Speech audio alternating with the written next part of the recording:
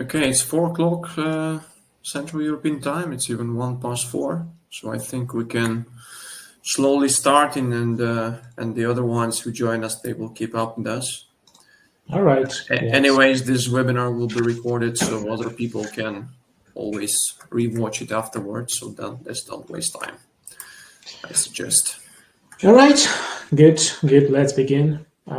A warm welcome to all of you. So whether it's breakfast time or lunch break, dinner, or you're just here, to avoid doing dishes in your after work hours. So whatever your time zone is, we are thrilled that you're here, and we're happy to welcome our customers and partners and just people from engineering community who admire SDC Verifier and want to stay up to date with the latest technology. My name is Bogdan. I'm business development manager at SDC Verifier, and today I'm joined by our head of engineering, Roman Samchuk. Hello. Well, like I said, I'm happy to see everybody here. I see some people are still connecting to our discussion, so we will be happy to see you. And actually, I don't know if it's for the first time or we had more things like that, but we are together with Bogdan today. We're going to have a little bit more interactive discussion on this topic. Typically, I tend to present it myself, but of course, we are welcome more people to join our discussion. And if you notice something, or if you'd like to ask us something, just do not hesitate to interrupt us directly and ask your questions. Otherwise, we will have a Q&A session in the end of this webinar, so you can ask your questions in the end. So, let's get started. Bogdan, I think the floor is yours. Let's introduce everybody and let's move on. Yeah, I think so. But Roman, if I'm not mistaken, the next slide is about the general overview of that's right. This is still yours, right? Okay.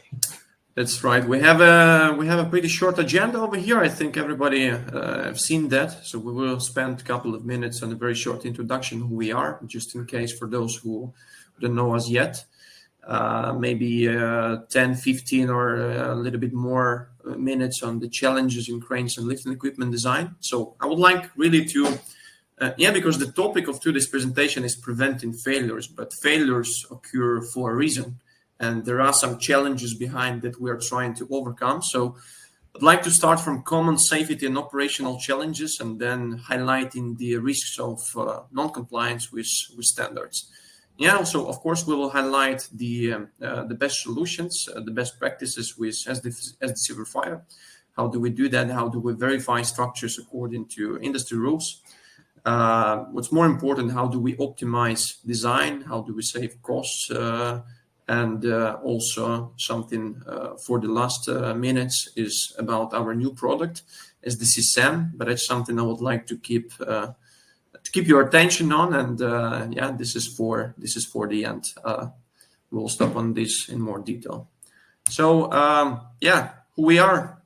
Yeah, a short introduction, as Roman mentioned, about the company itself, because of course we have a lot of the people who are our customers and partners, but thankfully there are a lot of people who are joining our webinars for the first time. So SDC Verifier is engineering consultancy and software development company.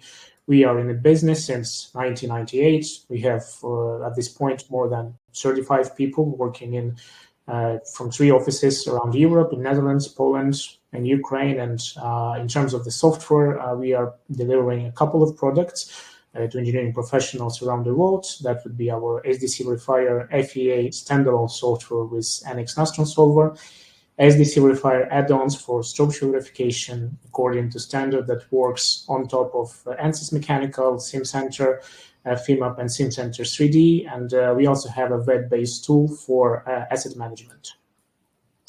Yeah, these are good products we already have, but I would like to touch a little bit the base of the background, because we started actually developing this software for a reason, because we have been providing people and many companies around the world with engineering consultancy services.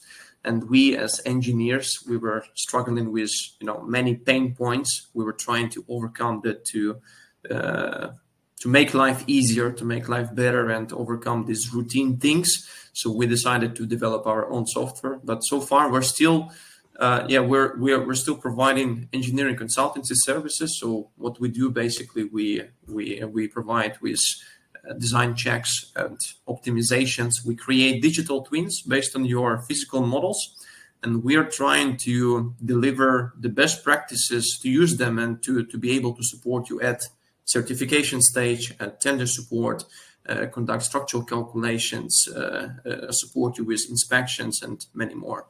So far we have over 100 happy customers, happy companies actually around the world, and these are some other things. So we conducted over 300 consultancy projects over the past 10 years.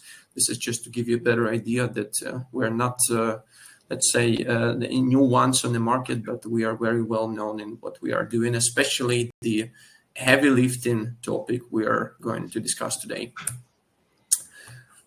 So we work in various industries, of course. As Roman mentioned today, we are focusing on the heavy lifting, but we are focusing on that, but absolutely not limited to one industry. We are really strong in our customers, are in oil and gas, offshore and maritime, renewable energy, defense, aerospace, civil. So the industry where basically you need to comply with rule regulations, and you have a steel structure there. This is something that we can help you with, and we have we managed to help some of the biggest companies around the world with our software, with our products. So the companies from different industries, as mentioned, we have Petrobras here, we have Technip FMC, we have Hitachi Energy, Bill Finger from civil engineering, BAE Systems from defense, SBM Offshore, Bosco, Ecodis, and many, many more. But since we are focusing on the lifting equipment today, it also makes sense to take a closer look at the companies that our engineering team provide consultancy services to.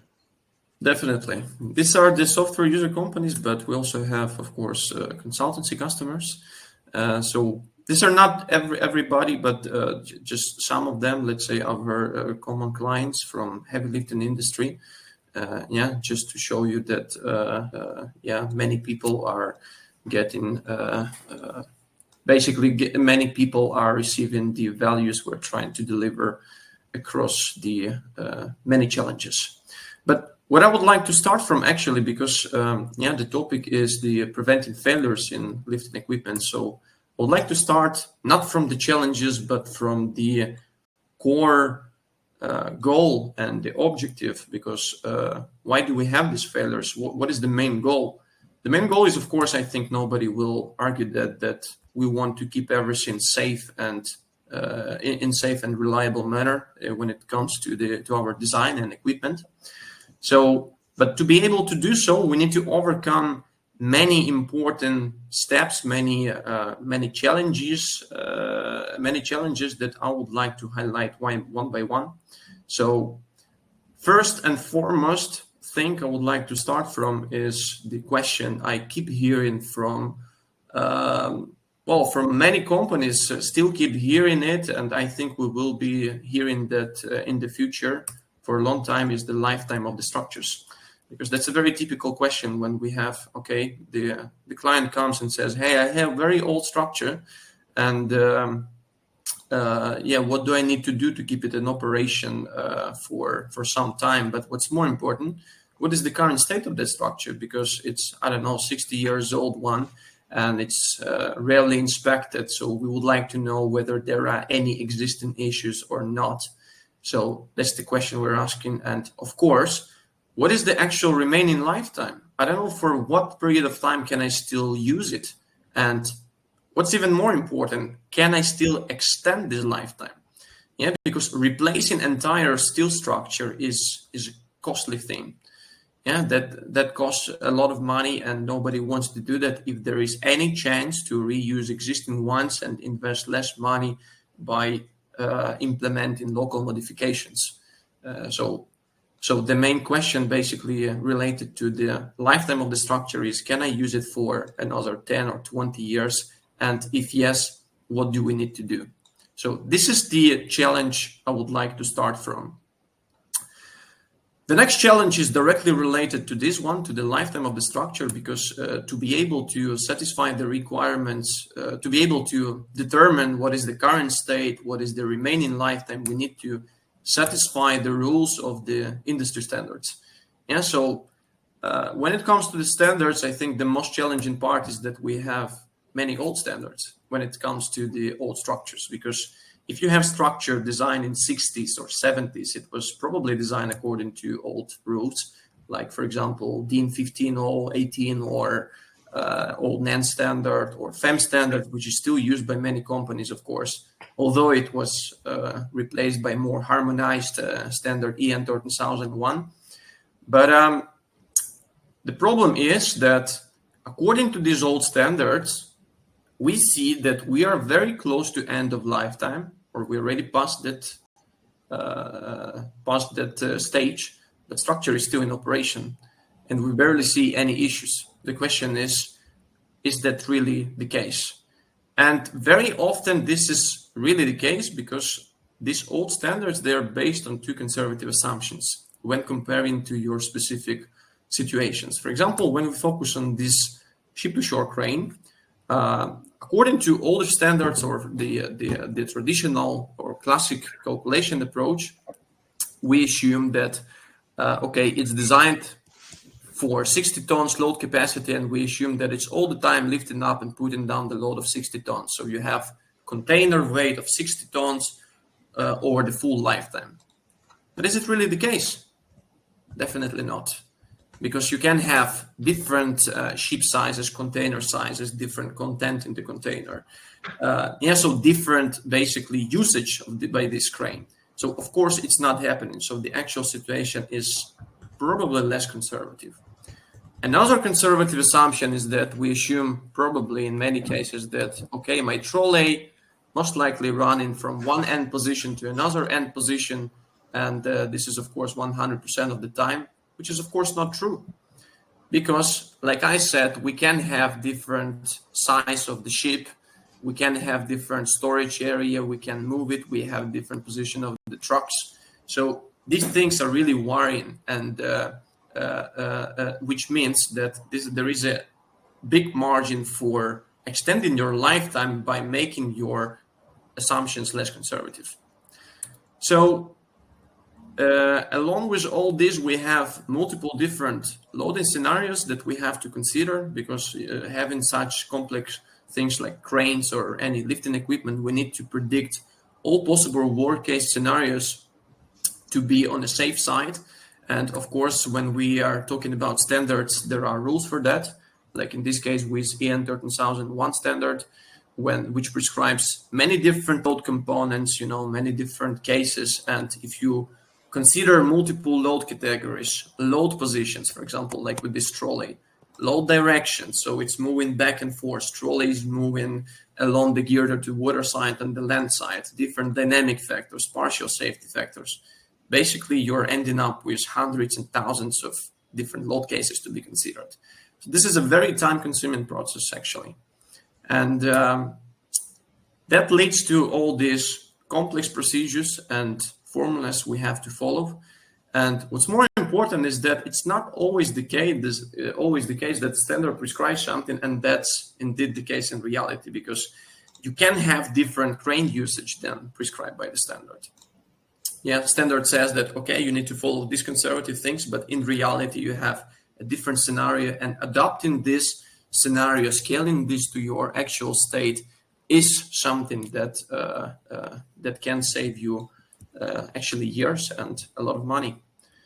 But what happens when we do not follow these things? Or what do we receive throughout its lifetime? This is another challenge I would like to highlight separately, which is the structural issues and quick repair solutions.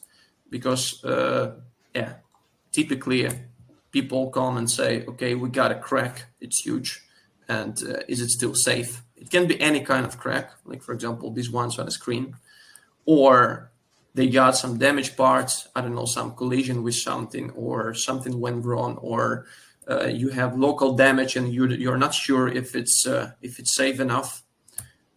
or you can have buckling or deflected plates, like for example the web section of this I-beam, or severe corrosion, which is a very typical problem for the old structures, because very often you can hear stories like people saying, okay, we didn't find any cracks yet, we see it's visually fine, but we see a severe corrosion, and the thickness reduction is around like 40-50%. Is it still safe?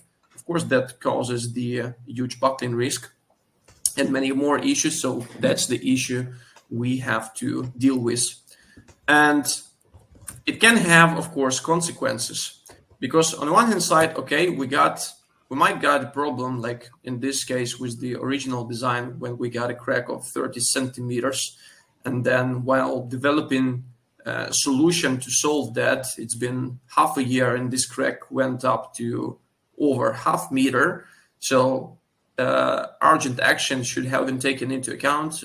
So temporary solution was developed without any calculation, because we had to act, not we specifically, but all the client, let's say. But the reasonable repair was made. So the cracks were welded, the holes were drilled at the tips of the cracks. Some extra welded plates were added, for example, to the corners to increase the local stiffness.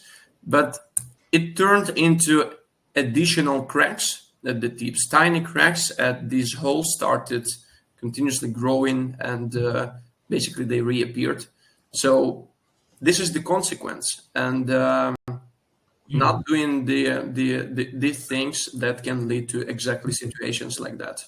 Yeah, Roman, I think that's quite an interesting example, and I think this is something that the owners and the operators of unfortunately are facing quite frequently. So in this specific case, what could be or should have been done to prevent this type of situation?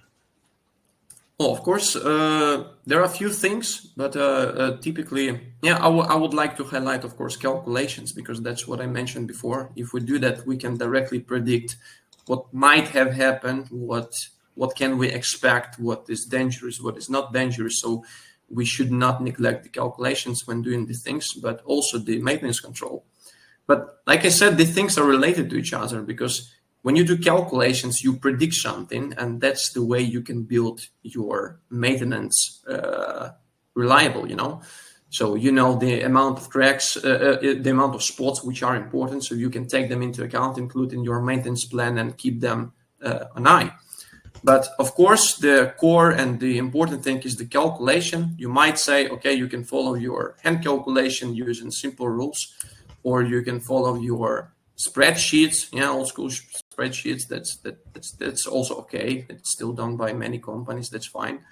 But the drawback of these is that it lacks accuracy. Because like I said, it's still based on the traditional and classic methods, which are still workable. This is fine. So being able to do that and to check yourself is definitely a good idea. But completely relying on that is probably not the best approach in 2025, because we are missing a lot of important details, and we want to be sure that they are okay. So here at SDC Verifier, we basically do another way around. We are not trying to predict it, use it directly, only the classical methods, let's say only, but we do what we call simulation. So we build a digital twin, so exact copy of your physical model, and we are trying to simulate the real conditions. So we are trying to receive these results by directly simulating the operating conditions of your structure, like in this case with the floating cranes, for example, you see. So now you see the laugh in motion, but it can also have a slew in motion. And that is a good solution to start from. And even after the few years in the industry, this still impressed me. But just to sum up, what does it gives to the engineer and to the customer in the end? Why this approach is considered to be significantly better? Well, button friendly, it's not just the fancy pictures like that you see. And this is, of course, a nice GIF, so you can see the motion and things, but we need to get some value from that, not just fun. So it gives, of course, the results accuracy. Yeah, so this picture, for example, this is just the stress plot that is put on top of the real structure, so you can see the real stress flow among the different areas. So you can see over the time, okay, where can I expect issues? What is the safest structure member? What is the most important one, critical, I need to keep in mind and take into account for my maintenance control? This is the results accuracy. And based on our experience, this results accuracy will match in the real problems. Like you can see the cracks at the tips of the stiffeners, or well, the one we keep mentioning because that's a really cool example. And when this crack was overlooked for a long time by the client, actually, because there was no access to the inside of the structure. But based on FEA results, we determined that there might be an issue. So manhole was made, we got inside, and we saw a crack of over 30 centimeters, which turned out to be significant size, and we had to repair it. But what's also cool and important is that it's not just predicting existing problems, but it's also solving them. Yeah, for example, okay, we found a problem over here, yeah, a huge crack at the pin connection, or for example, the top knot of the upper arm. But you can use this model and this simulation to build on top of it a new solution that solves problems. For example, like here, okay, we found the crack that is exactly matching the problem in that crane. So basically I showed on the last slide. But here we were forced to build a new design for this connection because the old one was not suitable anymore. And what I want to say that applying classical hand calculation and manual approach to design this kind of connection is probably possible, but you can never be sure that it will work because you cannot pick up all those details, those local stress concentrations, those local things within centimeters or even millimeters. So you have to follow more advanced techniques like finite element method. Another, let's say, the rear side of this story of the old structures is the corrosion. We often hear that okay, my structure is basically in good condition, but we have significant plate thickness reduction. So FEA model can also handle this scenario, of course. For example, okay, I have mostly where you have blue region, I have original plate thickness that is still okay, but locally I have the areas with the significant reduction of over 4 millimeters, and the blue area it's 2 millimeters. So you can see also from here that if you have 2 millimeters of reduction, that's basically okay in terms of plate buckling. But once you get 4 millimeters locally in the middle, you run into a high risk of plate buckling and for overall reduction that comes with an additional plate. So I can talk a lot about all these things, but again, this is not only these are not the only structures that are possible to check that we are checking. There are many more, and some of our project examples, like in case of the gantry cranes or ship loaders, jeep cranes, container cranes, well, more container cranes, different configurations, heights, modifications, overhead cranes, different types of them, floating cranes, ship loaders, tractor reclaimers, straddle carriers, and things like that. So we have, these conclusions can be extended to basically to all these structures. But these challenges, that's not it. Basically, we have more. And another challenge I would like to highlight is something related to the design upgrades or modifications, because it can be that you might say, okay, I have no problems in my structure. I have no cracks. I have no dents, deformed parts, whatever. I'm just going to increase the crane height. That's it. And I did some calculations. I also want to increase length of the boom. And maybe some of you would ask, why do I need to do that? A little bit of the background. So that's an evolution of the Panamax vessel change. So with an increase of the vessel size, you need to adapt your conditions on site. So you need to replace the existing crane, of course, with the new one, which is much more expensive, Or you can use existing crane and you can increase its height or length of the boom, so adapt it to new conditions. It can be also the rail span increase. For example, you relocated your crane to different rails and you need to match and you need to increase the span, or you need to increase the load capacity. Saying you were using your crane with 200 tons load capacity, but you want to go up to 220. Of course, you need to redo all the calculations. Or, for example, you decided to replace some global structural part, I don't know, part of the boom or girder or whatever. So that all leads also to FEA approach, because that's the thing you can use to make these steps reliable. When it comes to the height, practically speaking, the advantage is that you can kill two birds with one stone. One thing, you build the original model and you determine the current state of your structure. So you know, okay, at these conditions, it's more or less okay. But when I increase the height by, I don't know, 11 meters or something by installing this additional K-frame over there, then I have change in the stresses by whatever, 10%. Natural frequencies are still within the limit. So you can play with many, many things, and you can really make sure that this does not lead to unsuitable conditions further.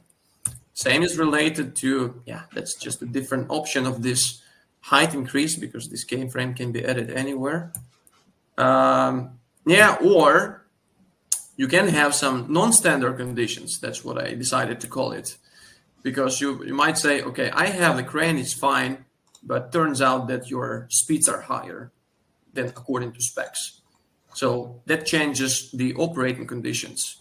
Or, for example, you discover that you have the rails deflected, or you have different buffer, etc. So, of course, you need to reassess your structural behavior. Or you just need to transport the crane, nothing else. It's not even working. You just need to transport it. That sounds like, okay, not that hard, but because you're following standard procedures. But when checking transportation on the barge or on the ship, it can be that you can have stresses higher than at operating conditions, and you have to take that into account, because there is a higher risk of damage or even higher consequences, let's say. Same thing is related even to standard SPMT transportation. When you support your crane underneath the seal beam or bogie sash, like in this case, and you might run into the local issues. So with hand calculations, this is challenging or even impossible to account for. Another thing, last but not least, I would like to mention is the crane assembling and disassembling. Really standard procedure. This is just, it's not even operation yet, but especially for the new design, when you, for example, want to install the new crane part on top of the legs, you need to make sure that those legs do not buckle. And that's what's important. You need to calculate and design ropes so they do not break, and many more things.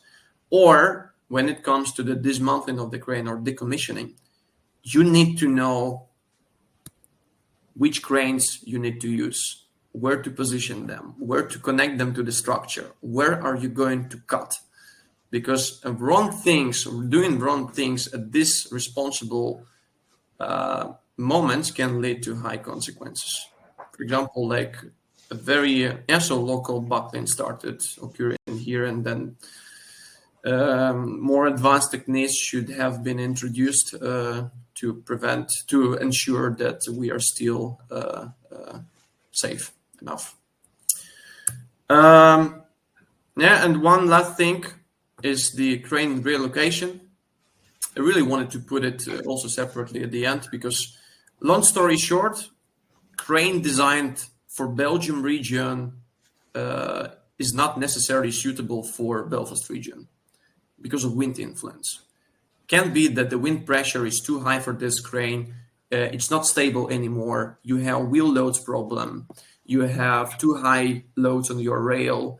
You might run into the excessive stress level, for example, like in this case, which used to be more or less okay here, but the stresses are much higher at the leg and the seal beam. So please keep that in mind, because the same crane used at different areas is really important things as well. So Roman, thanks for sharing these typical challenges and going yeah. into details. But just to sum up this part of your presentation, I want to ask another question. And during your time as structural engineering and now managing the team at SDC Verifier, what is the most frequent challenge, I would say, or maybe request, desire of a final outcome by the customer? So what do you come across most often in your practice? It's a very interesting question, Bogdan, because it depends. It depends on the core of the problem, because if it's a new design, that can be one thing, because you need to, let's say, walk through all these steps I just mentioned over here. So you need to make sure that you have lifting conditions okay, that you have transportation okay, and a part of the standard things like checking for strain, buckling, and so on. But just to have a short answer, I would say that still the remaining lifetime of the existing structure is the most common challenge I see across different owners and companies, because we have so many structures still in use, and this is very expensive to replace them by the new ones. And people are interested to save money, to spend them efficiently, and to keep them in operation as long as possible. So remaining lifetime, I would say, yes, this is probably the most common challenge I would like to highlight. But in the end, it's all coming down to checking standard things like, some strength, fatigue, which I just mentioned, or deflection or buckling of your beams and plates, joint check, so weld, bolts, etc. And so on one hand, but on the other hand, we need to comply with the industry standards. And some of them are shown here for lifting equipment. So starting from DIN 15018, ISO for bulk materials, CEN, so many standards like EN 13001, probably the most used standard now on the market, 15011, FEM standard still in use, of course, but keep in mind, because these two are very much related to each other, because this one is much more harmonized than FEM standard. And this is important to know.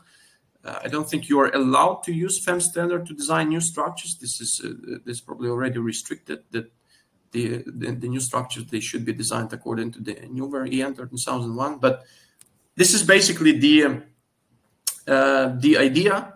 So we need to conduct these checks, and we need to follow the standards. And what do we have? On the one hand side, we have complex finite element model like this. And on the other side, we have complex rules of this standard. So we have complex formulas and so on. But what's more important, here on the left-hand side, we have finite element method, because so already from this name, you know that it contains finite elements, but standards are dealing with structural members, not finite elements. And this is the main challenge and the main solution. And you would ask, okay, but how can we deal with that then? So that was actually the reason of developing our software, which is quite unique solution in the market. I don't think we have more that covers as extensively as we do that way, both finite element approach to provide you with an accuracy and scaling that up to the industry rules, so you know what is directly okay according to EN 13001 or FEM and what is not. So this is where our standard solution pops up. And Bogdan, I think for you as a sales guy, that would be a really pleasure to explain briefly this workflow we see now on the screen. Yeah, that's true. Thank you. So here we have our workflow presented, and it's a typical workflow for us and quite efficient that is used by all these companies I told you about at the beginning of the presentation.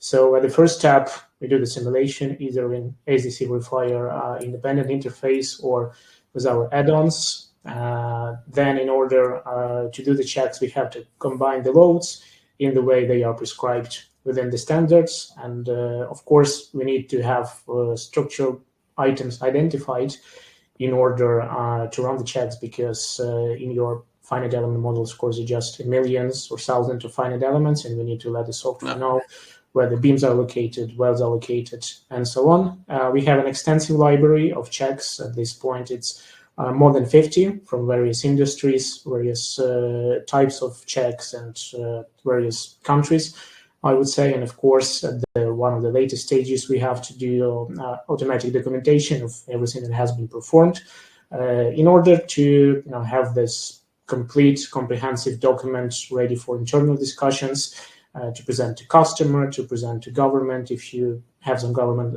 contracts, and of course to submit for certification within any certification bodies. And this there is a huge benefit of the software in terms that the calculation procedure is stored, and it's repetitive procedure that allows you to apply any last minute changes without losing your valuable time. As you see, these arrows means that it works in a circle, so you don't have to be worried about losing some data or needing to do any all the steps repetitively from scratch. And in SDC Verifier, we have all available tools to build geometry from scratch, for example. So you can, you can construct geometry ranging from simple points, for example, to integrating 3D solids. And of course, there is the capability to create the mesh nodes and elements from this geometry. There is also a possibility. So basically, we can quickly build any kind of structure because it's not limited to ship loaders or overhead cranes, but you can build literally anything, even if you need to, I don't know, calculate a separate lock or a cylinder or whatever. So these tools allow you to do that, to do so. So it's not limited by one structure type, but can be extended to any. That's cool. Okay. Yeah, and there is also a possibility to simply build a parametric model by providing a software with dimension inputs. So it's quite quick and easy to build this model for your personal use, educational use, commercial use by just changing the necessary input as shown on the slide. And you can also use what we call the file to model function that basically allows to create the model by importing the Excel sheets with the information about the model that you have inside of that.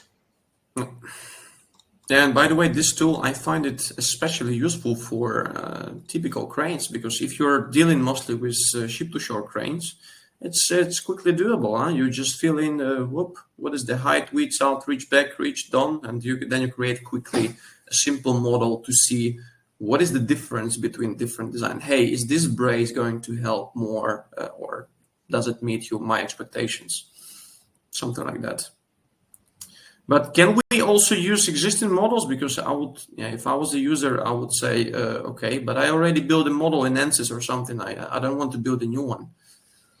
Yeah, of course it's possible, because SDC Verifier is very friendly towards importing drawings, importing 3D files, existing FEA models from various software. So yeah, we all understand that you already work with some kind of tools, but they may have the gap in terms of structural verification. So basically what you have to do is just import your model, and then you can proceed and benefit from all the features that we have in terms of verification according to standards. Okay. And also, SDC Verifier is compatible with the Excel template. So we are happy to provide you with the possibility to import the load sets and other parameters from your spreadsheet. So basically just do copy and paste, and you have it inside SDC Verifier. So if you're an old school guy and you have been using your Excel spreadsheets for a long time and you don't want to, to end this story, you can continuously using them, but just copy and pasting that. That's very useful. Okay. And to save you even a bit more of time and automate the creation of load cases, we have these predefined load cases for some of the standards. We already have 4 available. That's EN 3001, Eurocode, and 2 for ASE. We are working on more now, but you might need to have these predefined load cases when you have to consider this regardless of the model you work with. So basically for a crane structure, it helps a lot when you need to do the analysis in multiple positions. Yeah. And what's also cool is that this fancy table from EN 13001, it can be also represented directly in the software. So you see what specific dynamic coefficient was accepted or partial safety factor. I find it especially useful.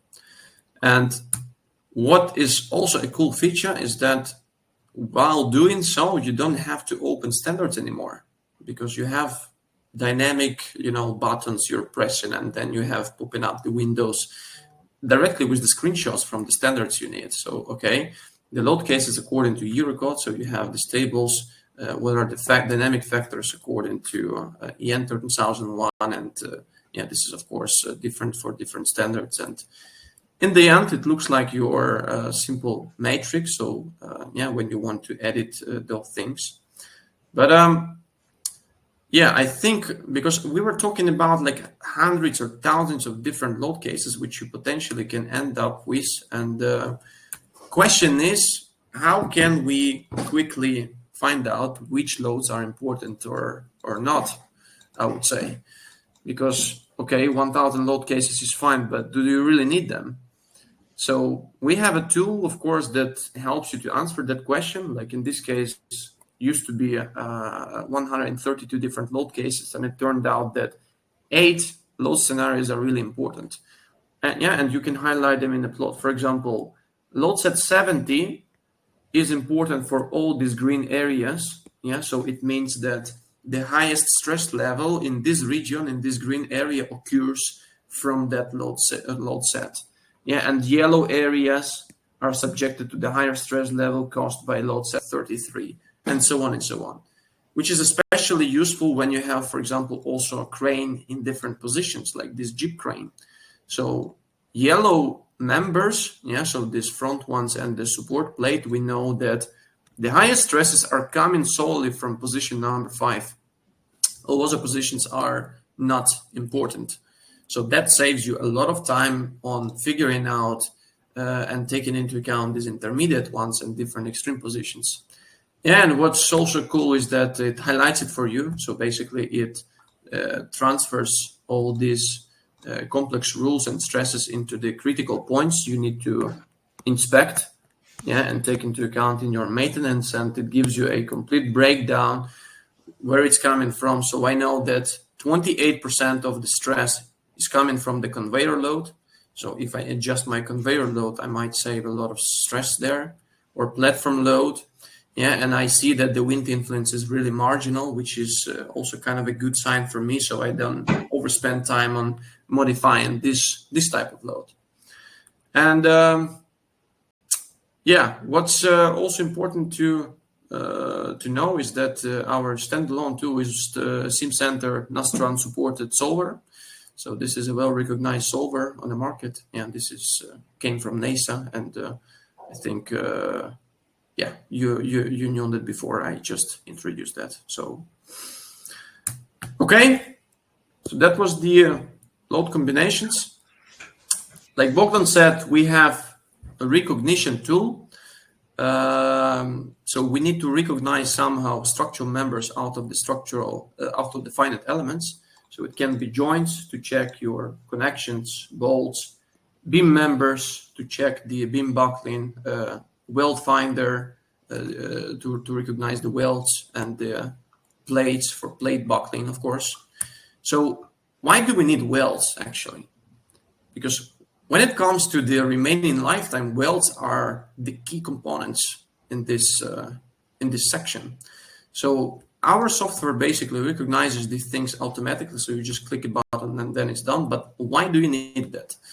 Because when analyzing structures and when determining this lifetime, if you want to prevent fatigue failure, you need to accurately calculate stresses in weld direction, so in longitudinal and perpendicular to the weld direction.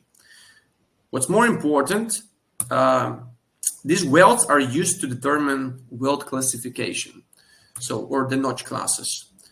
Long story short, you can have a poor weld quality or a good weld quality. So the better weld quality, the longer lifetime; the poor weld quality, the shorter lifetime.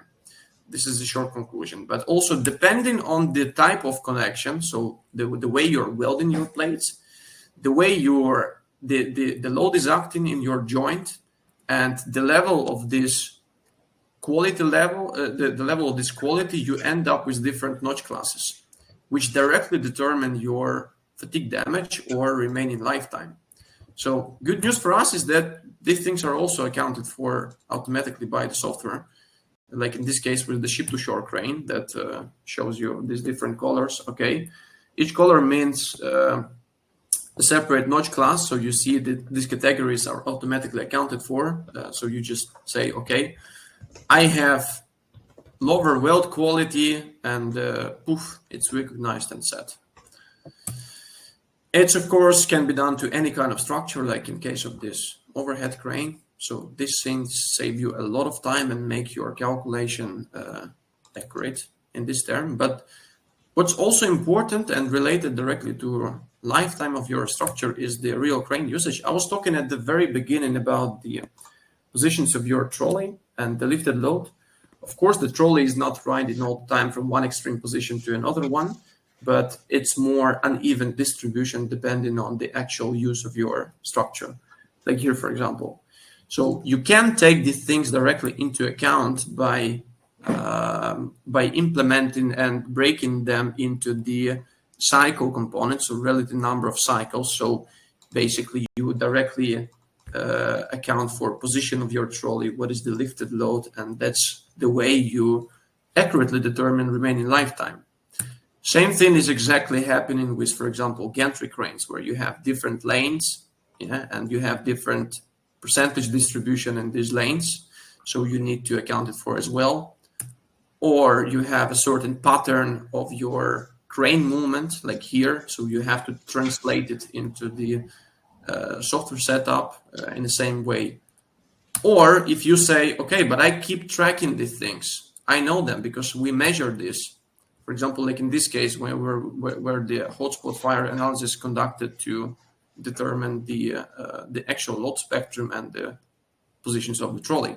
So this all can be translated into the software setup, and like I said, that gives you a huge advantage because you can benefit from the real crane usage in terms of its further lifetime extension.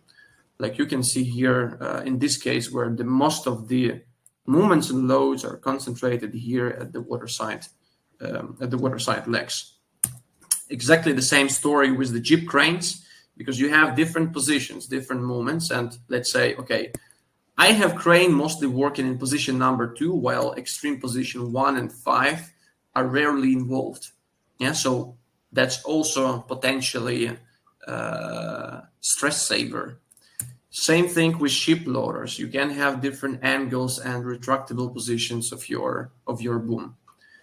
But it's all coming down that you have to check it according to rules and standards, and basically based on our experience. In our library we have how many standards, Bogdan, you mentioned? I think that with the release that we will have this week, it's going to be 52 or something, but yeah, definitely more than 50. That's quite a lot.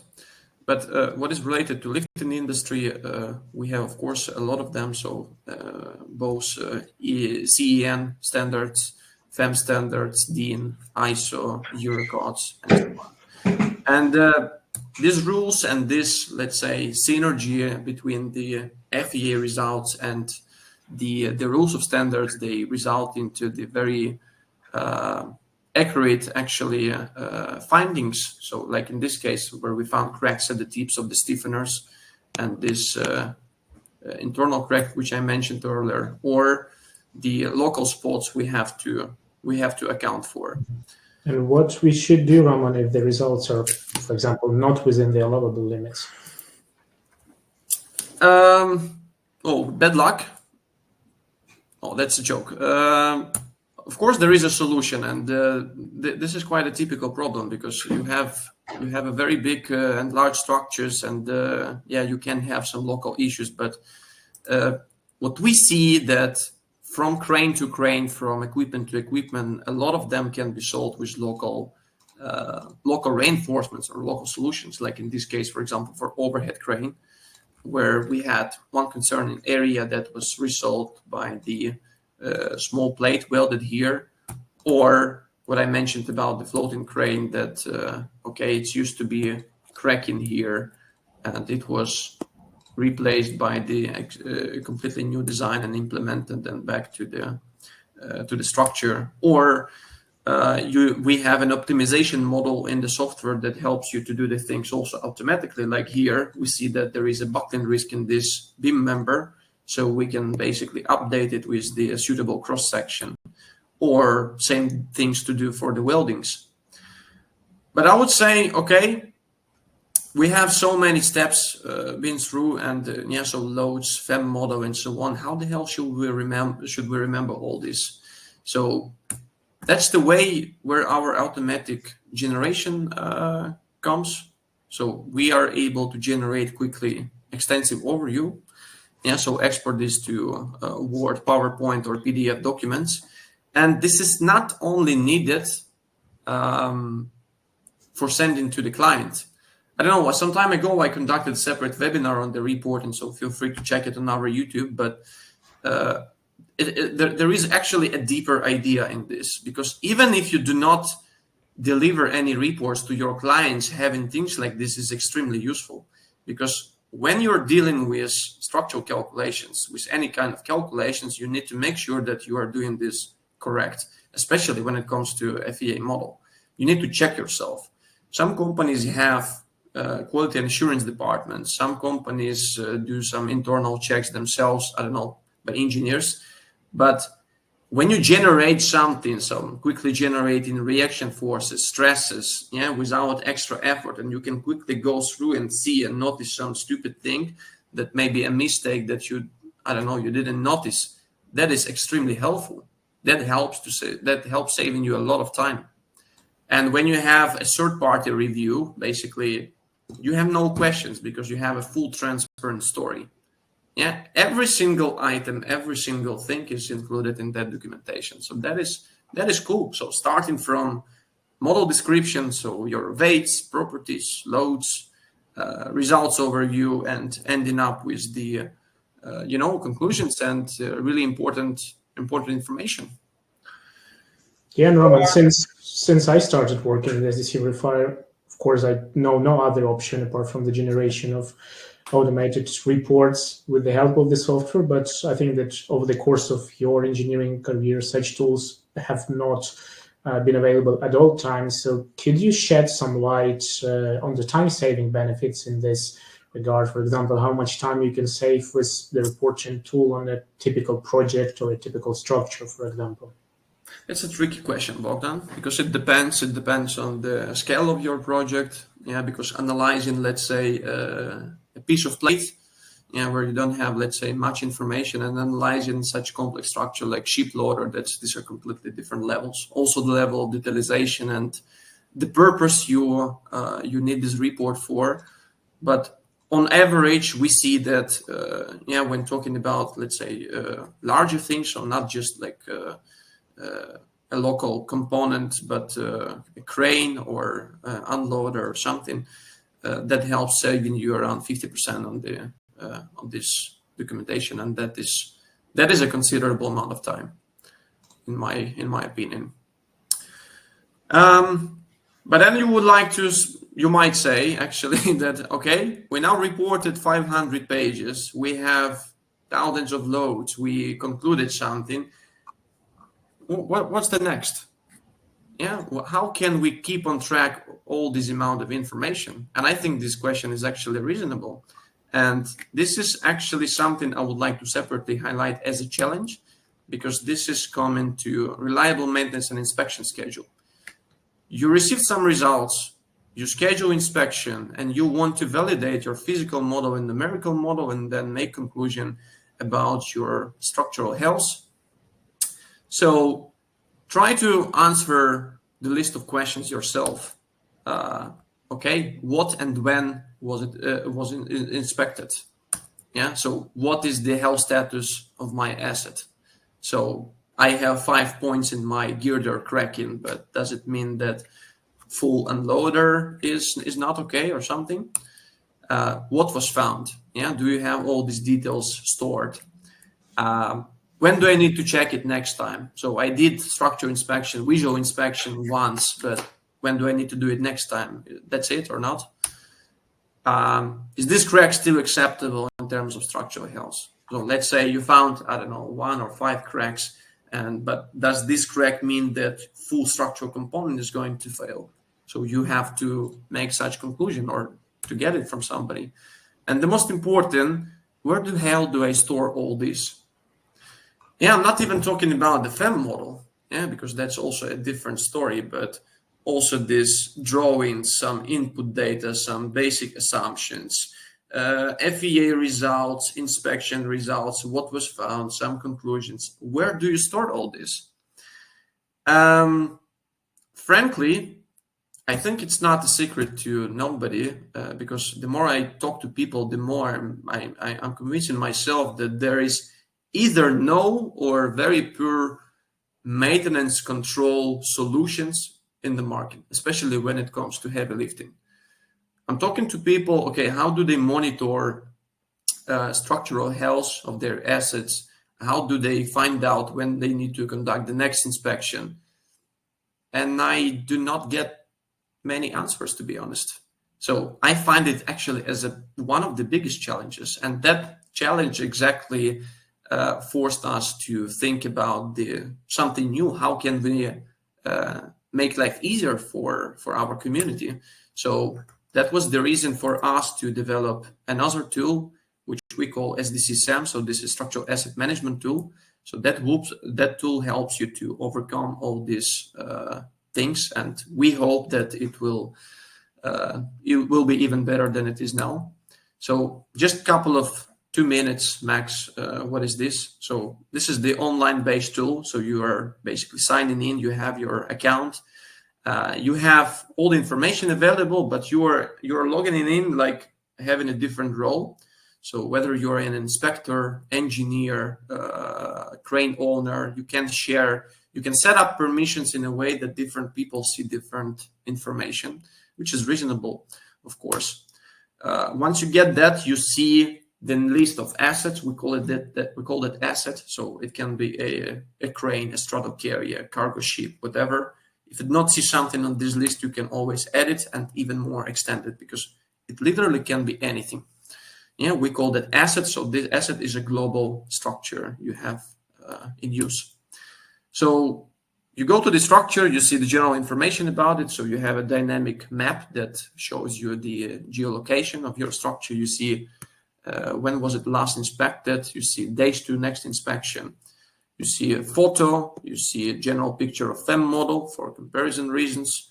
You directly have GA drawing because you don't want to jump from one thing to another. And you see per component the remaining days to next inspection. So full asset is divided into the components. For example, like in this case with the unloader, we have backstay, bridge, pylon, boom, and etc. And this design is divided into these components. You can see maximum utilization factor according to standard. Health status, yeah, so when it was last inspected, some details, but then this component is further divided into the parts, which you can see here. So when I click to this one, I see my waterside seal beam part, and I see that in general it's okay, but part number 1 has the utilization factor above the limit, so it's in poor condition. I see that the overall it's in good condition, but there is a poor area. Yeah, so these are the dynamic images. You don't have to open your report again. You just click on that image, it pops up, and you can see that. You go to that part, and then you see, okay, I still see this information. I have more details, so I see a couple of areas are not okay. And then this part is further divided into the plates, welds, stiffeners. Yeah, so like this. Plates, panels, stiffeners, or even bolts. And basically each item has number of tickets what is this ticket? Basically, the list of tickets shows you the list of points you need to check. So if I do calculation of my structure and I see I have 5 spots which are not okay, so I create 5 tickets which should be which corresponding to these 5 spots, and they need to be checked. Once this spot is checked, this ticket is removed, and then you have, let's say, 4 tickets instead of 5, and that's the way you're doing this process. Yeah, so you can organize the things also in the jobs, because having the very long list, like, I don't know, 100 spots, for example, to check, you can assign it to different people with different responsibilities. I don't know, 2 engineers are going to check something, inspector is going to check another part. They take pictures and they upload it here, they change, they set up the status.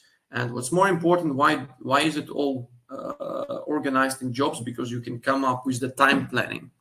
You want to know the schedule for the entire inspection, because it might be the case that you need to shut down your structure, and that's of course leading to the cost. And the way you're planning your maintenance control defines also your spendings. Yeah, so you upload this information with the statuses, with more things. You see that, okay, it's completed, this one is pending to check. So you have an action status for these things. You can identify and set up the details for what you notice. So paint damage, the general corrosion, so localized corrosion, maybe you found some cracks. You can extend it even further. So what is the size of this crack? Maybe you have wear, buckling, pitting, you know, general corrosion, localized of different types of, and yeah, basically this can be also done by different people and directly related to this schedule. You can also upload and access any kind of, I mean it, any kind of information in this database, whether it's a report, directly FEA models, drawings, links, or your internal PLM system, so you want to make a cross-link. That's the tool, and I really hope I have big expectations for this to make life better of all the engineering community in this heavy lifting industry. So at this point, because I see we're running out of time, actually it's already 5:02. So just to summarize very quickly, we have too many common safety and operational challenges, like we discussed with Bogdan.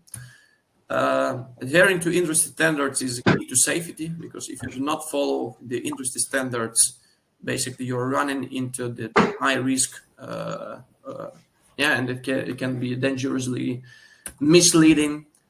Quick solutions without calculations are also dangerous, because if they are not verified, that can make it even worse. All existing structures and any design modifications, transportations, any of these things which I mentioned earlier, they should be based on the FEA approach. Classical methods, they are fine, but better to follow advanced solutions. And SDC standalone actually provides these tools. So starting from modeling, analysis, standards verification, optimizing your design, generating this report. This workflow is automated, so you don't have to redo that 5 times. I don't know if you have a request from the client, replace your girder with a different plate thickness, and you think you have to redo all the things again. This is, of course, not true. Yeah, so that allows you to make quick and last-minute design changes. Yeah, we typically have them on Fridays, but it's up to you. That was something related to Bogdan's question, that approximately saves us around 50% of the total engineering time with SDC. And last but not least, this is SDC SAM, Structural Asset Management Tool. I hope this tool will be, it actually already is a game changer, because the more I talk to people, the less I'm hopeful to find a very reliable solution in this term. Thank you for your attention. This is, I think, it from us with Bogdan in this webinar. I don't know if we have any questions with you, Bogdan. We have one. So yeah, if anyone has any questions, you can still type them in the chat. So feel free to do that. Yeah, We have one question in a Q&A section. So from Yunas, and is there any limitations if using KSDC Verifier independently versus using it as add-on on top of FAA packages that we mentioned? Okay. Just to save time for everybody, because I see people are still here and it's 5:05 actually. So short answer would be, look, we have SDC add-on to SimCenter, FEMAP, and ANSYS. Yeah. So each of these software has unique capabilities, and we, as at SDC, we are trying to scale the verification according to standards on top of its existing capabilities. Yeah, but we see some points that might have been improved in each and every program. That was the primary reason of for us to create our standalone tool to close these gaps, to make it more advanced. So, of course, there are differences and there are limitations. Long story short, we took into account all the points which could have been improved in all other software, and we implemented them in standalone tool to make it more extensive for everybody and to fulfill all the requirements. I hope I answered. Just to not drag it, into too technical discussion. I think that Bogdan will be happy to set up a separate call on this and to walk through all the steps separately. Yeah, absolutely. So for all the new people who are the first time during our webinars, there is a possibility to test the software. So I think you can now see a link in the chat. So feel free to do that. And I see that we have no further questions. So Roman, thank you for sharing your knowledge. I see that you have a lot based on your background and a lot of books behind you. So thanks for sharing that. And we're happy to see you all here today, and hopefully that we will reconnect during our next webinars. If you have any questions, feel free to reach out to either of us or other part of our teams. And have a nice evening or have a nice day if you're joining from different time zones. And we talk soon. Thanks, Bogdan, for wrapping up. And check out our YouTube channel because this recorded session is probably going to be there. Yeah, that's true. Okay. All right. Thanks. Good. Thank you, everyone. And see you next time. Bye-bye. Bye.